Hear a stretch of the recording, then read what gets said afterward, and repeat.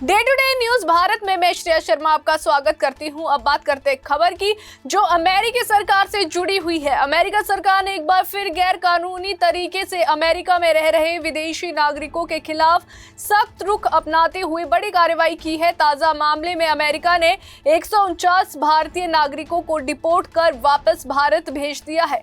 इन deport किए गए लोगों में बड़ी संख्या में युवा है। आपको बता दें कि जिनमें से कई हरियाणा के करनाल जिले से बताए जा रहे हैं। ये कार्रवाई ऐसे समय में हुई है जब अमेरिका में राष्ट्रपति डोनाल्ड ट्रंप का दूसरा कार्यकाल शुरू हो चुका है और उनकी अमेरिका फर्स्ट नीति को पहले से भी ज्यादा सख्ती के साथ लागू किया जा रहा है। ट्रंप प्रशासन पहले ही साफ कर चुका है कि अमेरिका में गैर कानूनी तरीके से रहने वालों या किसी भी तरह की आपराधिक गतिविधि में शामिल इमिग्रेट्स के लिए जो है अब कोई नरमी नहीं बरती जाएगी।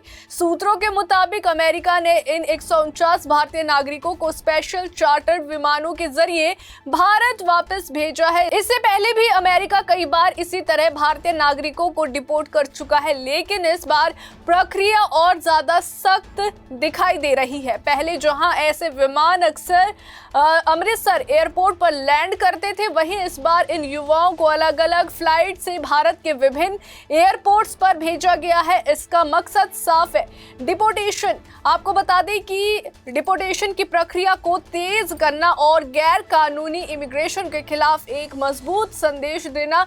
इन 149 डिपोर्ट किए गए भारतीयों में हरियाणा के करनाल जिले के करीब 15 युवाओं के शामिल होने की बात सामने आई है। करनाल लंबे समय से उन इलाकों में गिना जाता रहा है जहां से बड़ी संख्या में युवा बेहतर भविष्य के सपने लेकर विदेश जाने की कोशिश करते हैं। इनमें से एक युवक की कहानी बेहद चौंकाने वाली है, जिसने अमेरिका पहुंचने के लिए करीब 65 लाख रुपए खर्च किए थे। एजेंट्स को जो है मोटी रकम, फर्जी दस्तावेज, खतरनाक रास्ते और महीनों की अनिश्चितता, सब कुछ जो है झेलने के बाद भी आखिरकार उसे खाली हाथ वापस लौटना पड़ा। अब ना अमेरिका में सपना बचा, ना भारत में वही सम्मान। ये घटना सिर्फ उन युवाओं के लिए नहीं है, बल्कि उनके माता पिता के लिए भी एक कड़ा सबक है। कई बार परिवार अपने बच्चों के बेहतर भविष्य की चाह में आंख मूंद कर जो है एजेंट्स की बातों पर भरोसा कर लेते हैं।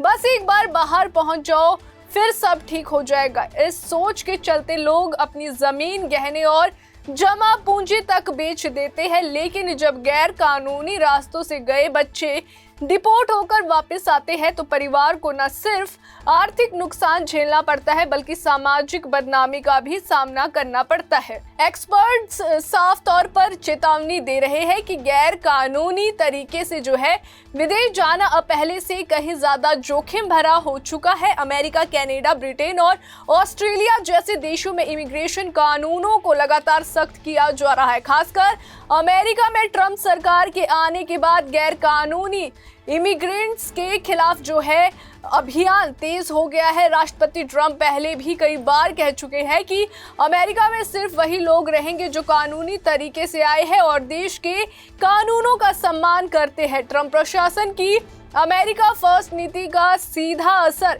इमिग्रेशन सिस्टम पर देखने को मिल रहा है। बॉर्डर सिक्योरिटी को मजबूत किया गया है, अवैध तरीके से घुसने वालों की पहचान के लिए टेक्नोलॉजी का इस्तेमाल बढ़ाया गया है और डिपोर्टेशन की प्रक्रिया को जो है तेज कर दिया गया है। जो लोग सालों से बिना दस्तावेजों के अमेरिका में रह रहे हैं, उनमें भी जो है कहीं ना कहीं डर का माहौल है। वहीं भारतीय समुदाय भी इससे अछूता नहीं है, खासकर वे लोग जो एजेंट्स के भरोसे गैर कानूनी रास्तों से अमेरिका पहुंचते थे। इस पूरे मामले में एक और अहम बात यह है कि कई डिपोर्ट किए गए युवाओं ने अमेरिका पहुंचने के लिए बेहद खतरनाक रास्ता अपनाया था। कुछ लोग जो है लैटिन अमेरिका के देशों के जरिए डंकी रूट से अमेरिका में दाखिल हुए, जहां उन्हें जंगलों, नदियों और माफिया गिरोहों का सामना भी करना पड़ा। कई बार जान का खतरा भी बना रहा, लेकिन अमेरिका पहुंचने के बाद भी उन्हें वे सुरक्षा और स्थिरता नहीं मिल सकी। जिसकी उन्हें उम्मीद थी। आखिरकार कानून की नजर से बच पाना नामुमकिन साबित हुआ। अमेरिका के इस कार्रवाई के बीच एक दिलचस्प विरोधाभास भी सामने आया है, जहां अमेरिका जैसे देश गैर कानूनी इमिग्रेंट्स पर जो है शिकंजा कस रहे हैं, वहीं कुछ यूरोपीय देशों ने लाखों इमिग्रेंट्स को जो है परमानेंट रेजिडेंसी यानी पीआर देने का ऐलान किया है, बेशर्ते वे कानूनी प्रक्रिया और योग्यताओं को पूरा करें। ये अंतर साफ दिखता है कि समस्या विदेश जाने की नहीं है, बल्कि गैर कानूनी रास्तों को अपनाने की है। सही प्लानिंग, सही जानकारी और कानूनी प्रक्रिया से विदेश जाना आज भी संभव है। इस पूरे घटनाक्रम ने पंजाब, हरियाणा और पश्चिमी उत्तर प्रदेश जैसे इलाकों में चिंता बढ़ा दी है, जहां से बड़ी संख्या में युवा विदेश जाने की तैयारी करते हैं। फिलहाल ये साफ नहीं हो पाया है कि इन 149 डिपोर्ट किए गए लोगों में पंजाब से कितने युवक शामिल हैं, लेकिन माना जा रहा है कि संख्या कम नहीं है। स्थानीय प्रशासन और पुलिस भी अब फर्जी ट्रैवल जो एजेंट्स हैं उनके खिलाफ कार्रवाई की बात कर रही है। हालांकि जमीनी स्तर पर अब भी बहुत कुछ किया जाना बाकी है। समाज शास्त्रियों का मानना है कि विदेश जाने की होड़ ने कई युवाओं को गलत फैसले लेने पर मजबूर कर दिया है, और साथ ही सोशल मीडिया पर दिखाई जाने वाली चमक दमक, महंगी गाड़ी और विदेशी लाइफस्टाइल की तस्वीरें हकीकत से काफी अलग होती है।